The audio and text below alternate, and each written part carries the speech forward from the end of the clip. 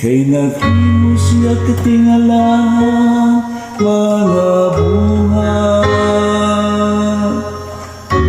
Ang iyang tungkamot, ang iyang balaang bukod, nakakabuto kadaugan ang kaniya.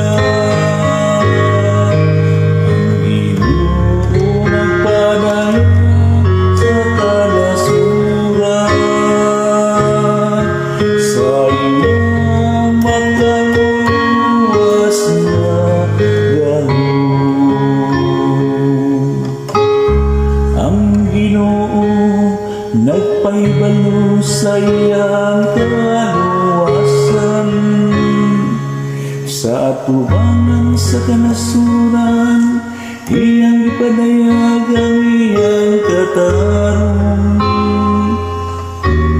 Nahinunggo siya sa iyang kaluoy, ug sa iyang kamatinuran. Alam sa balay ni Israel, ang Ginoo nagpalayo sa kanasuran,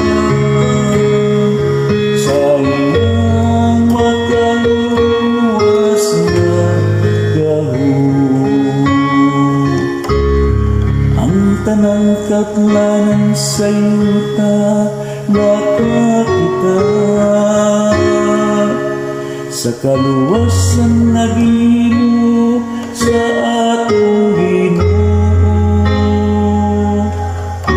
Awiti nga malikayon ng Ginoo, kamong tanang kayutaan. Singgit kamo sa pag-awit, awita ang